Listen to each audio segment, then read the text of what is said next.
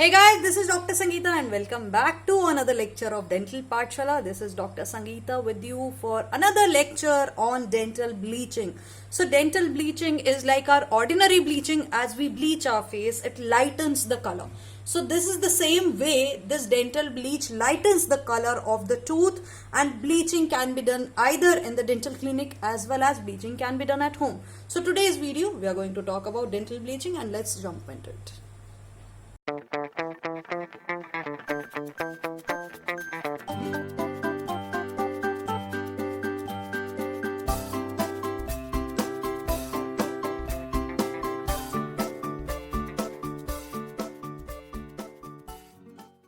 So guys, before we get started, make sure you subscribe to our channel and click on the bell icon. That way you get a notification as soon as I release a video like this. So today's lecture we are going to talk about the stains, classification of stains, and before bleaching I want you to just familiarize with what kind of stains we have and the bleaching agents and the type of bleaching.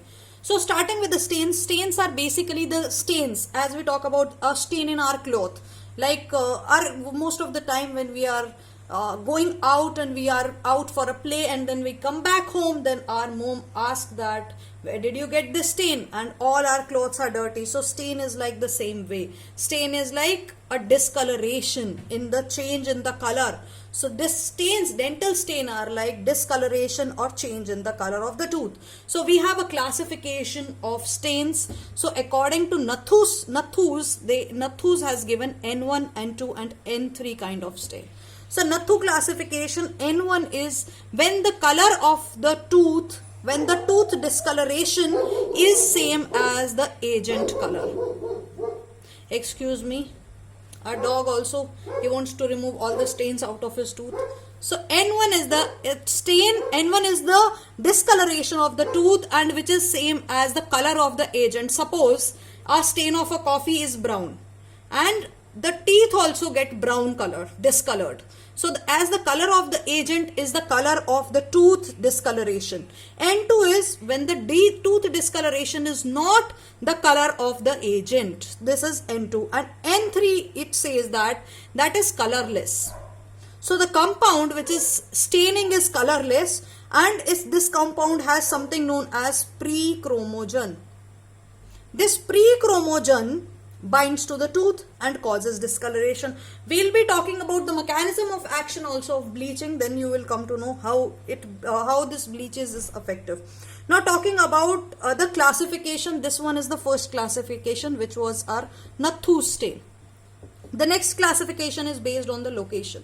So based on the location, either it can be intrinsic stain or it can be extrinsic stain. Extrinsic stain is when the stain is on the external surface of the tooth. That means the stain is just on the outside, and the stain can be removed either by brushing or by scaling and root planing. Intrinsic stain is when the stain is present inside the structure of the tooth. When the stain is on the internal surface of the tooth and the stain cannot be removed, such as tetracycline stains. Now talking about the source. Third classification is based on the source, and based on the source we have the exogenous sources. Exogenous sources are the sources which are from outside. So these are, it can be a tetracycline stain, again it can be a coffee stain, because these stains are coming from the outside. And endogenous stains are actually stains which are inside. So these stains are present within the tooth because of the color discoloration of the dentine. This stain is the endogenous stain. So when the source is within the tooth, when the source is because of the dentine discoloration, for example, if because of the enamel hypoplasia there is a stain, so that will be a kind of endogenous stain. So these are all about the classification of the stain, and the most common cause of discoloration of stain I want to tell you is the pulpal death. So when the pulpal death happens, it discolors the tooth, because the hemoglobin, it converts into the hematine, hemosiderin and hematoporphyrin. So these all are the pigments which the hemoglobin breakdown gives, and when bacteria come on the this breakdown products, like when the bacteria come and attacks on the hematine and all that, then it releases hydrogen sulfide. Thus hydrogen sulfide is responsible, along with the pigmentations which are released is responsible for the color discoloration of the tooth. It darkens the tooth structure. So this is how actually the discoloration happens. Now also there are discoloration due to tetracycline stain. So tetracycline, when it is given in a pregnant mother, so mid-pregnancy up till the 5 months, when it is given, it stains the primary teeth, and tetracycline stain when it is given from 3 year to 6 year of a child, then it stains the permanent teeth. So tetracycline should be avoided from the intrauterine 4 months and up to the 8 years of life. So the dose of discoloration of tetracycline is 20 to 30 mg per kg of the body weight. That means if this much of tetracycline is given per day, it stains, it discolors the tooth surface. So talking about the bleaching and the mechanism of action of bleaching. So guys, the mechanism of action of bleaching is basically the main bleaching agent is our hydrogen peroxide, which is our oxidizing agent. Now this hydrogen peroxide is the main bleaching agent, and if anyone is doing home bleaching also on their own, so they also use hydrogen peroxide. I've seen a patient coming, he used this hydrogen peroxide along with a Harpic, and all his teeth were dark black, and that was the intrinsic stain which got. So ask the patient not to try all those stunts. Now hydrogen peroxide is basically an oxidizing agent, and low molecular weight of hydrogen peroxide, it diffuses through the enamel matrix. So this is the surface of the enamel, and the hydrogen peroxide, it actually diffuses through the enamel and gets inside the tooth. Now a free radical is formed which is responsible for this bleaching action. So this free radical actually interact with the organic matrix of the enamel. Now this free radical, when it combine and interact with the organic matrix, so the highly pigmented carbon rings which are present are actually converted to, which are yellow in color, are converted to the carbon chains. Now these carbon chains are light in color, and the amount of light absorbed is also reduced with these carbon chains, and therefore the tooth appears lighter in color. So this is how the bleach works. Basically the carbon rings are converted to the carbon chains, and therefore the bleach manages the discoloration of the tooth, and it lightens the color, lightens the shade of the tooth and make it a normal. Now coming to the agents which we use in the bleaching are superoxole, carbamide peroxide, Mechin solution, and sodium perborate. Remember this sequence, because now when we are studying about the types of bleaching agent, I am going to teach you in this sequence only. Superoxole, it contains hydrogen peroxide. As we know that the bleaching agent is basically an peroxide, right? So it is hydrogen peroxide. Superoxole is hydrogen peroxide and 30%. Most of the bleach which we use, so the peroxide concentration in most of the bleach will be somewhere around 30 to 35%. Okay, so 30% of superoxole, and this is by weight. By volume, if we talk about it, is 100% by volume in the distilled water. So this is the commonest bleaching agent which we use, which is the superoxole, which is just the 30% of hydrogen peroxide. We call it the superoxole. Coming to the carbamide peroxide. Now this carbamide peroxide contains 10 to 15% of the urea peroxide. As the name suggests, urea peroxide. That means it will be a combination of peroxide as well as the urea, right? As the name suggests, 10 to 15% of the urea peroxide. Now this is hydrogen peroxide plus urea will give to our carbamide peroxide. Carbamide peroxide. Now this carbamide peroxide is 10 to 15%.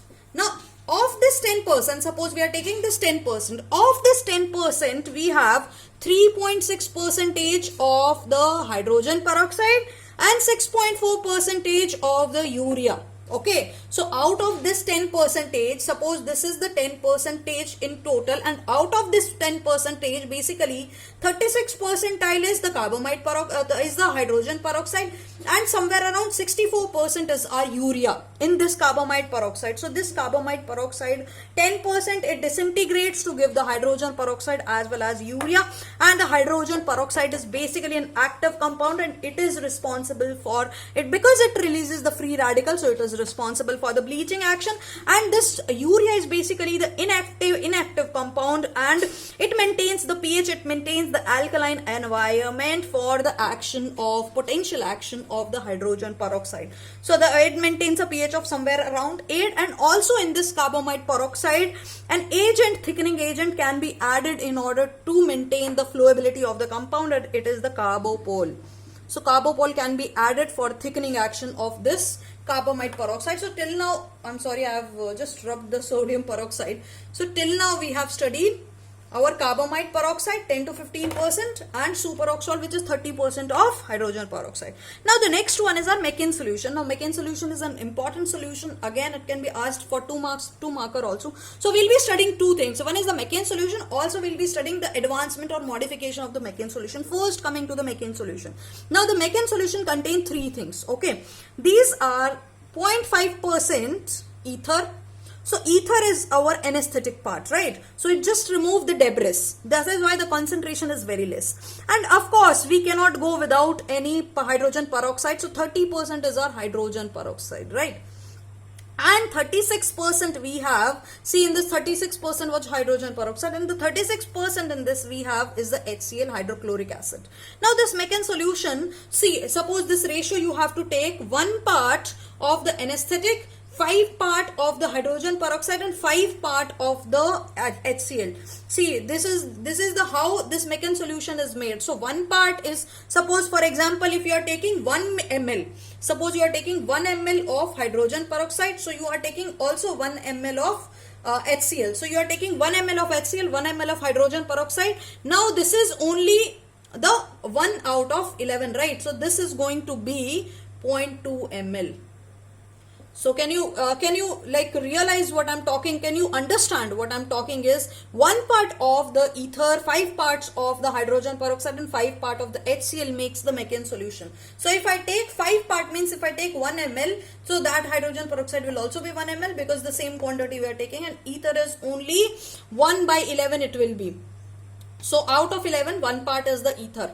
So ether is 0.2 ml if we are taking 1 ml of hydrogen peroxide. Now the function of ether is just to remove the debris, and hydrogen peroxide has always, because of the free radical, it always has this bleaching action. Okay, so it bleaches the enamel surface, and HCl acts as an etchant.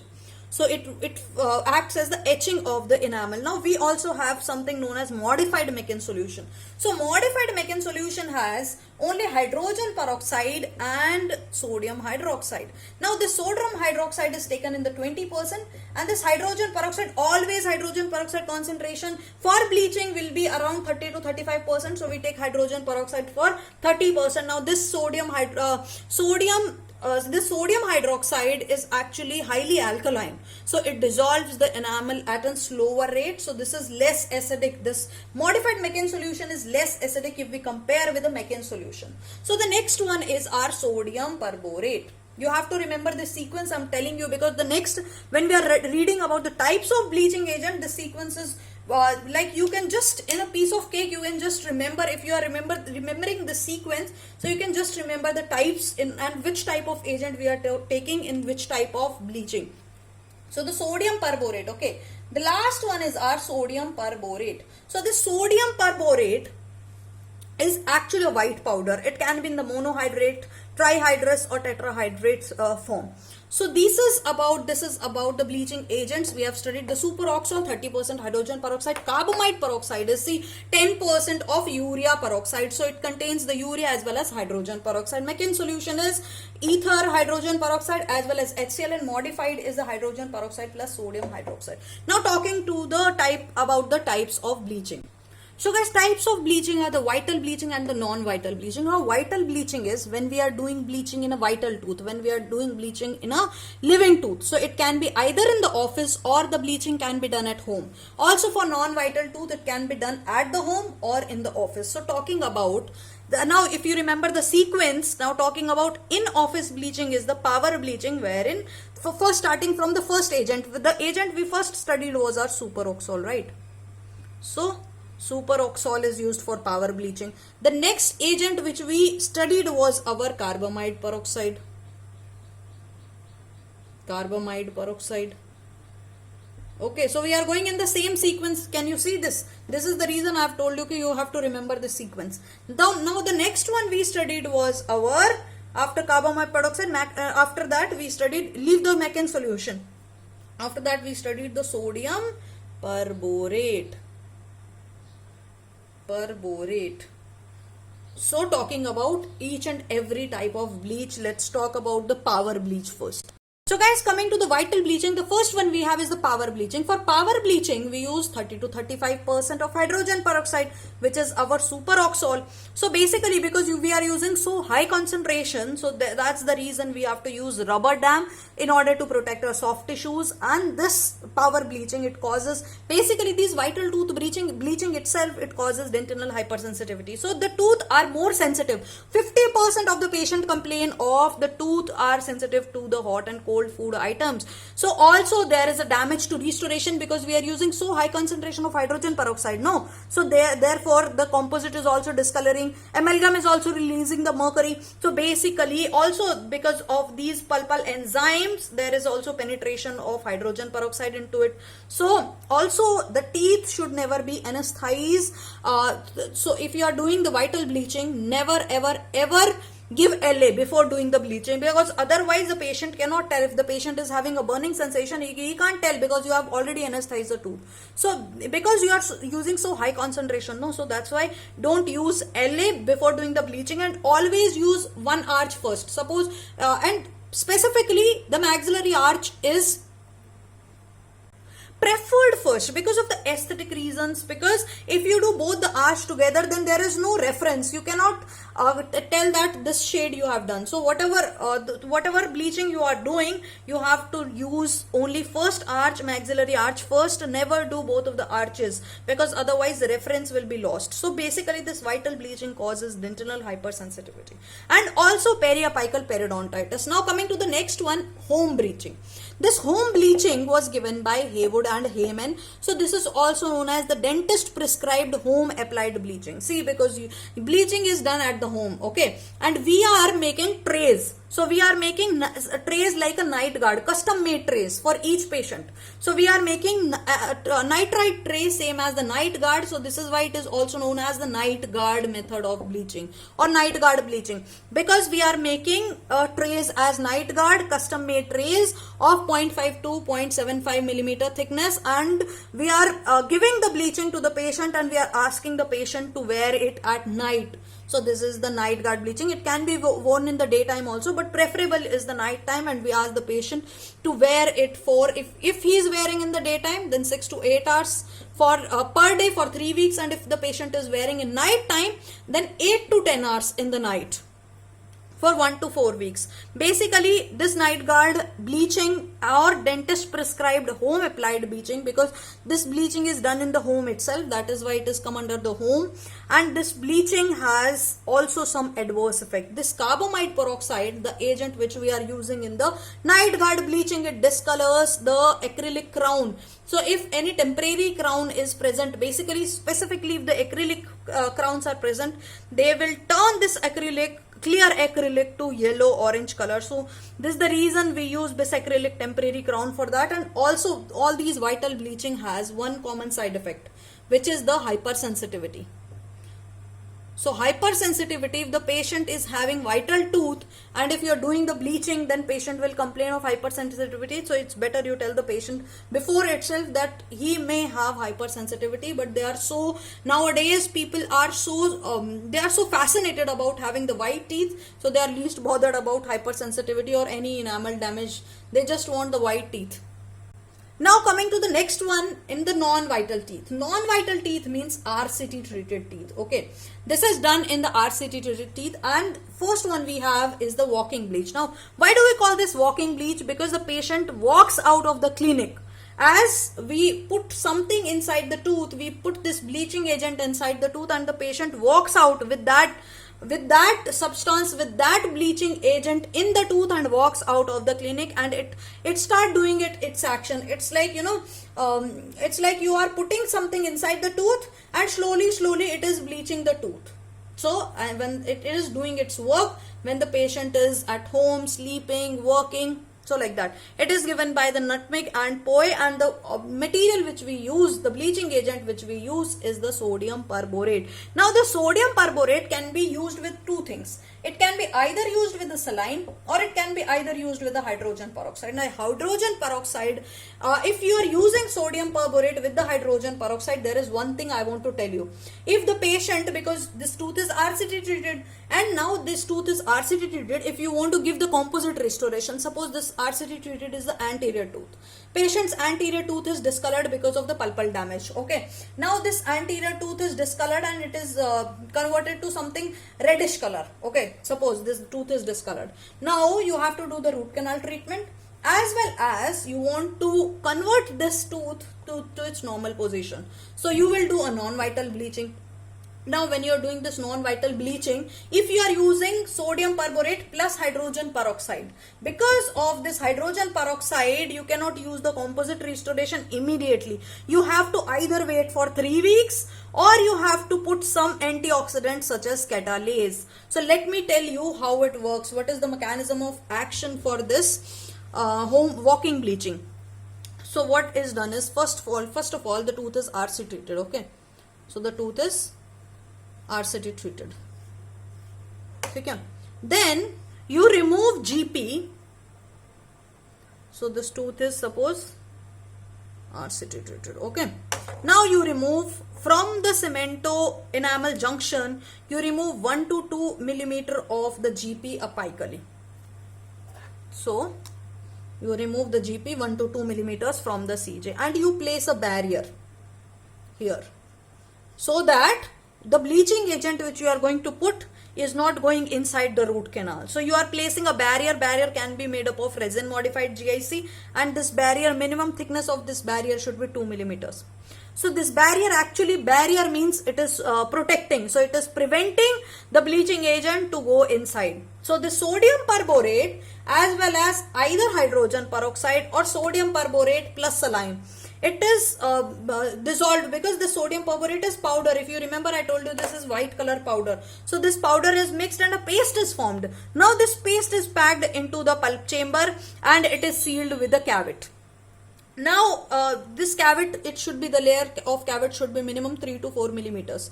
Okay, it is 3.5 is the minimum, so that it doesn't everything, all the bacteria contamination or the liquid micro leakage is not going inside. So this 3 to 4 millimeter of cavite is placed, and then patient is recalled after 1 week. Now after the desired color is obtained of the tooth, all the bleaching agent which we have put is removed, and then the permanent filling is done. Now because this is an anterior tooth and we want to put a composite restoration, so either we should avoid using sodium peroxide along with the sodium perborate, hydrogen peroxide along with the sodium perborate, or you have to use either antioxidants or 3% calculus solution, or vitamin, there is ascorbate, sodium ascorbate. So this is like a vitamin C, 90% ascorbic acid and 10% of sodium, which is a powerful antioxidant which removes the residual oxygen from the bleach. So either you can use any of it, or you can use the sodium perborate plus saline, which is the easier option. So you can go for this option also. So this is about the vital bleaching, in which we are putting the bleaching agent inside the tooth and we are sending the patient out, and that is how this this bleaching is working. That is why it is also known as the walking bleach.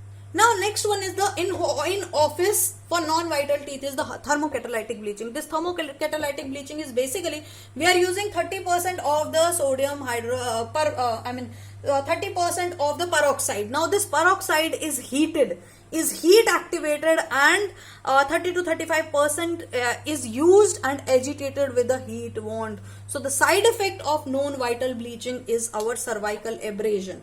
So all of these non-vital bleaching causes cervical resorption. I'm sorry.